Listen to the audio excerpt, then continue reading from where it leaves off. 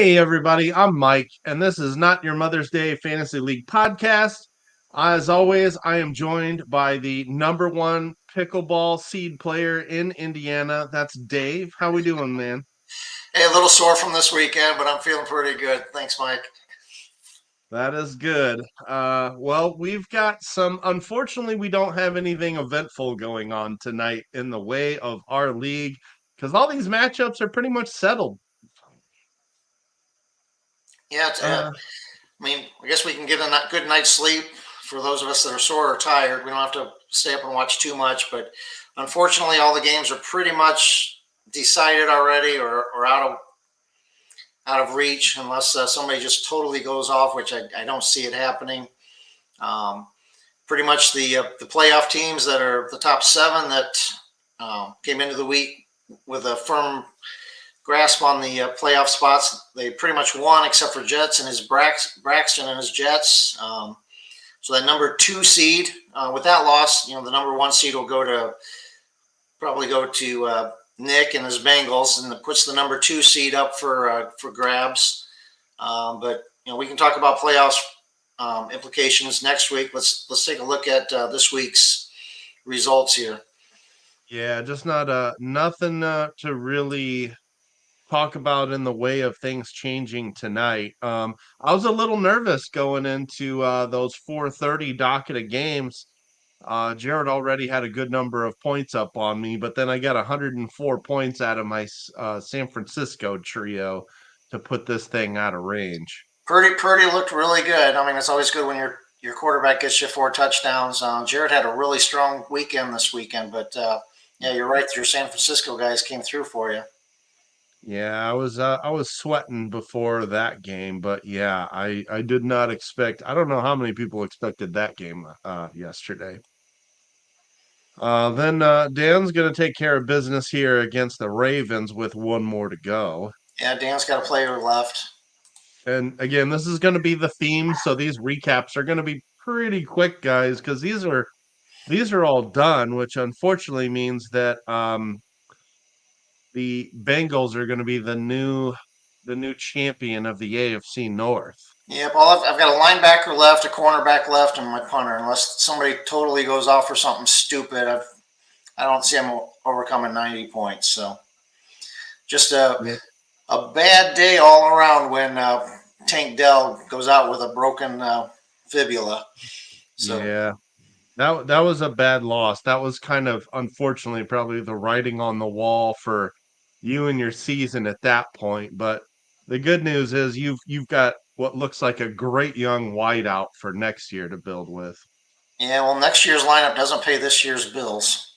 Well, that's true. Or Hargrove's dead cap.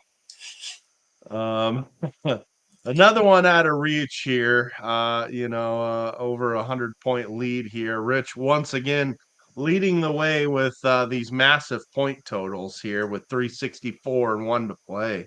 I still say Rich is on a roll right now. Rich is throwing a lot of points up right now. Took it to the division leader in Braxton. We'll see how Rich plays out this week. I think he plays Jeremy this weekend. So Rich can still do some damage, and somebody in the playoffs is going to draw him first round, and that's probably not going to be a good matchup for him. Yeah, and what's amazing is all he started Gardner Minshew this week, Well, obviously knowing that he was going to have Allen on a bye this week, and all it cost him was Kyle Trask, who has never sniffed the field. yep. Anyway, side note, a little bitter about that one. I mean, yeah, how do you get a starting backup and give up somebody who's never played? Anyway, That's a Bristol Main Street trade. yes, I don't know how else that would be feasible. With no flexes here. I guess Jeremy does have a few linebackers to go, but still, he's got to cover 70 here with three to go, and Joey having one to go. Probably not feasible. The bad thing about this one here, Joey is the way the bylaws are set up. Tiebreakers are going to go to points instead of head to head. Joey's going to be on the outside looking in for playoffs next week with Rich getting into that final playoff spot Um, so Joey's going to be playing for fun next week, and Joey's had a good season, and actually so has Jeremy. If you look at Jeremy's point potential, Yeah. Jeremy's got one of the best, if not the best, point potential for his whole team. Just needs a little bit more help with his general manager. I'm kind of like the Steelers and myself on who to pick and play the right players. But Jeremy's put a lot of points, but most of them have been on the bench, similar to me. Yeah, that also can be a sign of good depth as well. This one is also locked up with the Titans taking out the Texans here. Yeah, no Um, surprises there. Dustin's taking care of business there. our co-host who couldn't make it is seceding to the Jags here. Hey, we got Nick in the chat with us. How about that? Jeremy needs to work on that efficiency. Yes, he does. Kind of wrapping up the matchups here. I was really hoping Aaron would make this one a little bit more of a fight. But yeah, this one is over as well. Sean with more players to go and a 42-point lead. Well, and again, Aaron is putting a firm grasp on that soon to be his pink license plate. Yeah. So his 1-14 record, the best he's going to be able to do is 2, and he's not going to be able to walk out of that bottom hole. So we'll be able to see if we can get that license plate off of Jason's car. I think Jason welded it to his vehicle. So if not, we'll get Aaron a new one. I did see that Aaron was able to drop another player this week and bump his dead cap total up to $82 million now. So he's added another $2 million. So You know what? As much as we've been giving him a hard time, let's give him more of a hard time. Let's just put a little banner on the stream for a little while here. Let's just you really, must leave really it up. put I it. don't even know if he'll see it. So, but maybe if we leave it up long enough, everybody will tell him about it. Maybe that'll draw him in. Or maybe we can just snapshot it and send a picture to it. All right. So that's our recap of this week. As you can tell, guys, everything is pretty much it's done. Well, This is that's this week. There's not a whole lot that's gonna change. Nothing's gonna change. well, let's take a quick peek at next week and see what's up for grabs. The Bengals should wrap up the number 1 seed. That's up. I mean, that's pretty much determined now that he's got a 1-game lead and he's got a huge points total. So that's pretty much in hand. The number 2 seed is up for grabs between Jags and the Jets. The Jets are holding a point total, so they got a tiebreaker there. But if Braxton loses the game, he's out of there. But talk about the AFC West. You want to talk about that game? You got that one's coming down to Sean and you, Mike. The Broncos and the Yeah. Chiefs squaring off. Week 14, this is for the division. We're gonna go into this matchup tied. Sean's got the head-to-head matchup on me 2-0. I can't let him skunk me. And of course, this is showing him favored at the moment. Really happy with the amount of points my team put up this week without DJ Moore and Josh Jacobs. That's a good portion of my flex play out this week. So really happy with the 358 the remaining guys put up. This is going to be a dogfight. Sean, I'm coming for you. I can't wait. The whole division on the line here. Looking forward to it. My 4.5, that's barely anything with point totals and 300 plus. So that's barely like a percent difference. Let's see. So Dave's got a nice little Cushion with favorable matchup there against the Ravens. the Bills and the Dolphins. That as much as Rich is on a roll, Jeremy and his team, that's not a cakewalk. That's still part of the AFC East. That's still can go any way. And your next game there between the Jets and the Patriots, Joey and Braxton. You got 2 co-workers there. I am sure Joey's not going to give him anything easy. Braxton's playing for that number 2 seed if he wins. If he doesn't, I'm sure that Joey would just love to take him out of that number 2 spot.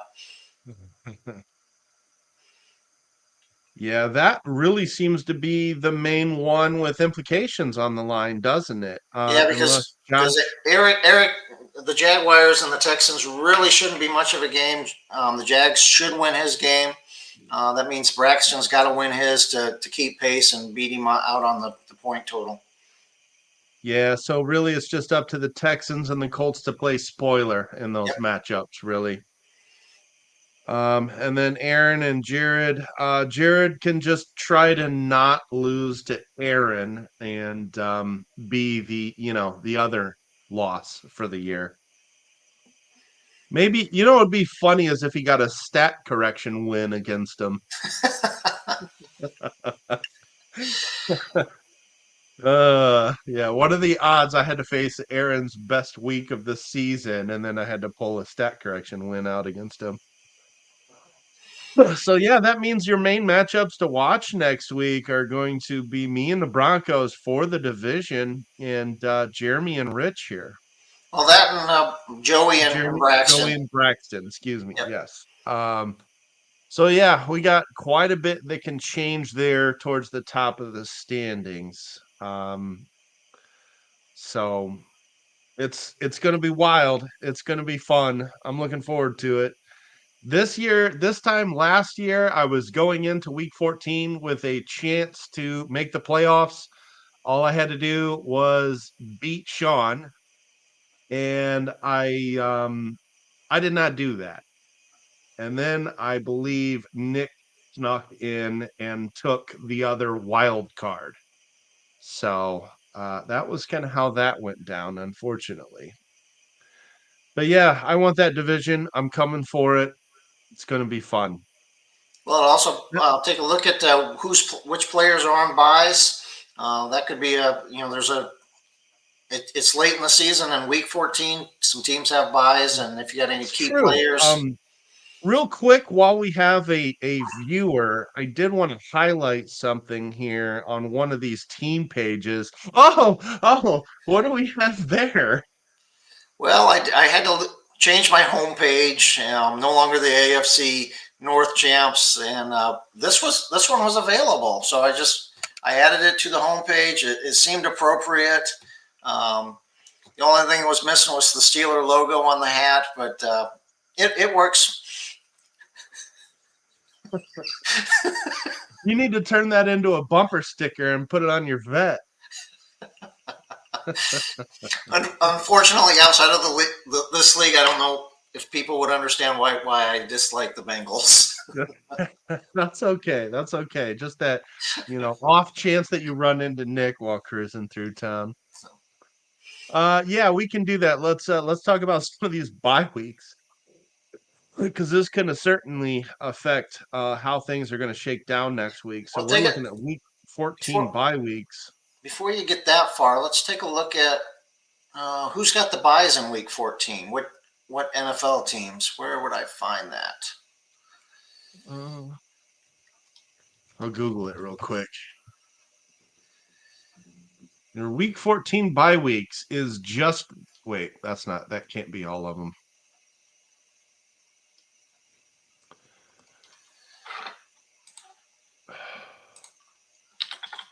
Cardinals and Commanders. If you got any Redskins or Cardinals starters, you're not playing them next week. That is correct. So as we look into Sean for next week, that's going to leave Jonathan Allen sitting on the wayside watching this week 14 matchup. That was the only main one I saw on his squad. What do you got on yours? I guess if he wanted to start Jalen Thompson, who's one of his highest scoring safeties, I don't Eh, have anybody that starts. So yeah, Greg Dortch I just picked up because I had two flex bye weeks with Moore and Jacobs sitting, so I just needed a handful of points out of him as security. That's it. I all don't have right. anybody Well, else. Braxton's not missing a whole lot. Let me see what Joey's missing because that's another Let's matchup there. see. Joey's going to be without Brian Robinson. There's a workhorse for him. Going to be without a punter, not a big deal. Not a whole lot of implications there. So Yeah, so it seems like Sean's going to be the only one that is getting some, bad bye week juju here. But yeah, Joey missing his highest scoring running back is kind of a big deal, obviously. yeah, Rich is gonna miss a couple players also on his week 14. Yeah, he's got a ridiculous amount of running back depth, though. I think he'll survive. I think he'll survive. What else am I missing here? So yeah, those guys will be down a couple players then. Let's just for fun, because I knew this one would kind of be short. We don't really have any drama to go over. Let's go to our highest scorers from week 13. I think you're going to find Mr. Purdy as the lead there. Yeah, that was a hell of a game yesterday. Man, Mike, you should have made a bet at the beginning of the year who was going to be the starting quarterback for San Francisco. Hey, I was told not to tag him in any more references to that, and I have been a very good sport in not doing I'm so. just thinking, man, if you were to take a bet of something like Purdy versus Trey Lance or something like that, just to see who would. I mean, I bet you could just take money away from somebody. It'd be like taking candy away from a baby. I just want to say I saw I was Purdy had started a couple times before I picked him up. Like there was plenty of opportunities for other people to pick him up. And I'm like, wow, this guy's going into a really cushy spot here with all those weapons on the Niners. This could work out. I did not expect this. I'll be lying to you if I said I did. Nobody did. Not Nobody even did. the NFL Mr. fans. Irrelevant, nobody did. Nobody did. Well, No. I'm pretty sure he's going to be a holdout. His salary probably will not be 1.19 million next year.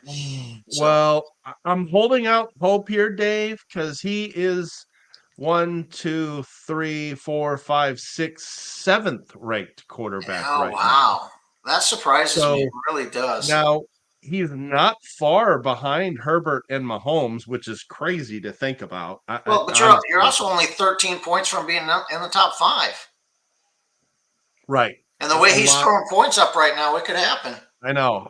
It definitely could happen. You're right. You're right. So, Well, hey, click over to instead of overall, hit your quarterback. That'll tell you exactly where he is. Quarterback hit. yep. Yep. That's this week. We want all of them. Yeah, he's sitting at 7. So he's 5 points away from being in that top 5. I know it's scary. It's scary. I need Mahomes to play like Mahomes. Yeah, because I thing is, if I have to pay him, if I have to pay him in the top, You're going to what pay in the the top, average of the top 10, and that's probably going to be 15 million plus. that sucks because that's more than what I paid for Lamar.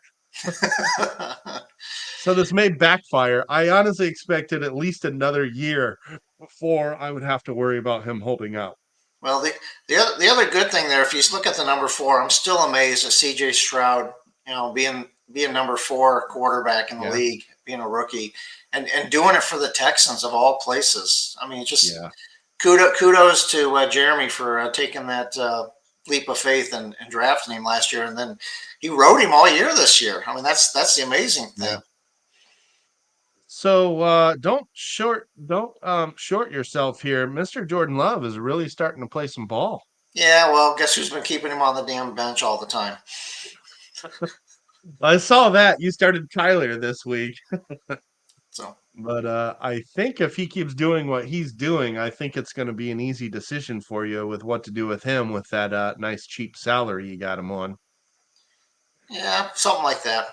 I mean, But yeah, I just looking at look straight at that. He's points. got the same. He's got the same salary as Purdy. Don't give me that crap. I know. I'm the one that's got to worry about this. I guess Love could sneak in there. He's going to have some more 40-point weeks for that to happen. So, But in retrospect, I did make the right move. Lamar here getting outscored by Purdy, and I really needed the linebacker help. Um, so I guess just for fun, yeah, we can go back to our weekly high scorers here. well, the other one I wanted to point out when you pulled that up is the number 7 guy, and that's Number 7 QB. the number 7 top point getter for the week. Oh, we do overall. Yeah, Yeah, Mr. yeah, there you Laporta had 40 points this week. That was he was the part of the discussion today. He's been traded around. He's been on 4 teams this year, and I'd love to have him back. He was go. actually, and I didn't realize this, but he was actually Rich's 217 pick last year. So the bonus pick that the Toilet Bowl generated, that's where Sam Laporta was picked at last year. Was at Wow, 217. wow. Bit of trivia, which I didn't know that till today. Yeah, I heard that. That's crazy. The other one that gets me is that Jared had the two highest scoring defensive ends who both happened to be Colts, and he only started uh Ebicom here and not Quiddy Pay, which I would agree with. Ebicom has been the better player by far. But the Colts defensive line feasted on the Titans yesterday. They had 6 sacks in that game. Hmm. Khalil Mack doing more Khalil Mack stuff. Look at that. Khalil Mack showed up. Yeah. He's a Yeah, feast or doing well. famine guy. Man, how about those Packers? They're on a nice little run here. Nobody picked them to win yesterday. Nope. Yeah, Nico Collins, another good one to have in that Texans offense, and he's target share is probably going to go up with Tank Dell out. And no surprise that Derrick Henry ran roughshod over the Colts with their best run stopper out.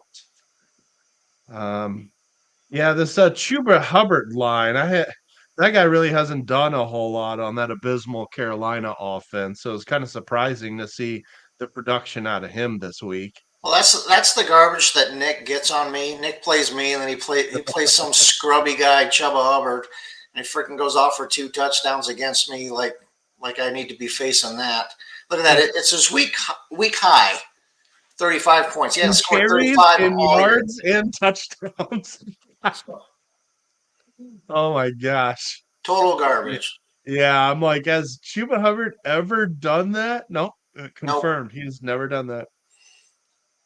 We have the return of Devin Achan, who is certainly going to make Braxton very dangerous come playoff time if he stays healthy. Well, it'll be interesting to who does Miami continue to feed, Acheon or Tyrod Hill? Take your pick. My goodness. I'm sitting on Waddle, and Waddle's just a cheerleader on the sidelines. Can you believe that this is how crazy sometimes predicting fantasy running backs are? Can you believe the second highest running back scorer in fantasy is 31-year-old Raheem Mostert? He No. was a fifth rounder. He was kind of a he was a good player at Purdue. He was never a great player at Purdue. I personally am just absolutely shocked by that. Um, yeah, if we go to for the season, Mostert, number 2, that's just ridiculous It to is me. ridiculous. And the Niners gave up the farm to bring in McCaffrey and wrote Mostert off. Oh, that's wild. That one is just wild to me. Well, you got some interesting things that are going to happen with the salaries there. Both McCaffrey and Mostard are on 1-year deals. They're either free agents, or they're going to have to be tagged, given given the raise, and if Huh. be interesting. Yeah, I was probably going to try and extend Jacobs, but now his price tag went up. If this continues, yikes. I might be stuck with 2 holdouts. Ouch. This Rashad White kid, this one chaps me because I got in a bidding war with Nick over that guy. Well, I would have preferred you had him too because that's another player that Nick started yesterday that scored on me. I'm just like, they're gonna let go of uh he hasn't played all year, so his name's escaping me. Oh, the Bucks starting running back last year. Fournette, there we Fournette. go.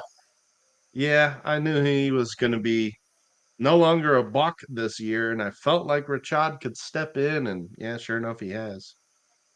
I think the one that surprises me a lot too is Kyron Williams.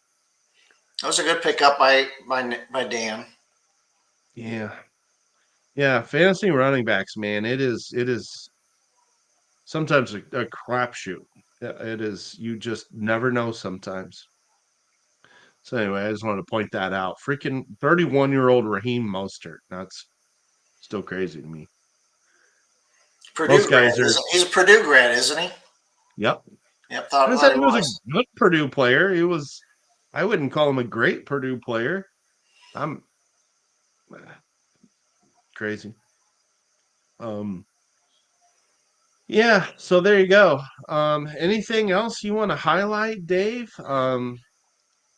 Not a whole We're just lot. kind of. We got next week. Ought to be interesting to see how things shake out in the playoff seedings. Very important. 2 through 7 is all up for grabs pretty much, and you're fighting for that division.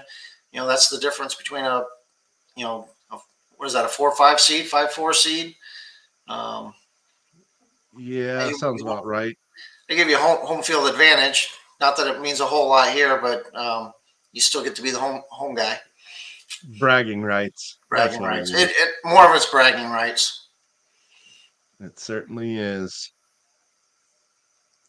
All right. Well, guys, that's probably going to wrap up our show this week. Again, there's really no fantasy implications on the line tonight. So we were just kind of elongating our show with some sort of towards the end of season stats here.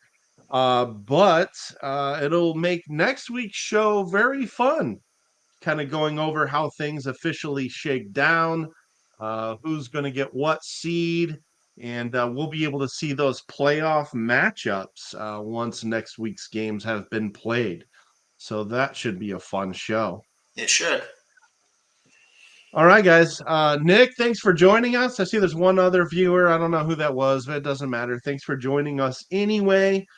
We appreciate anybody that joins in live. It certainly does make it more fun seeing the comments in there, but we appreciate anybody that watches no matter what.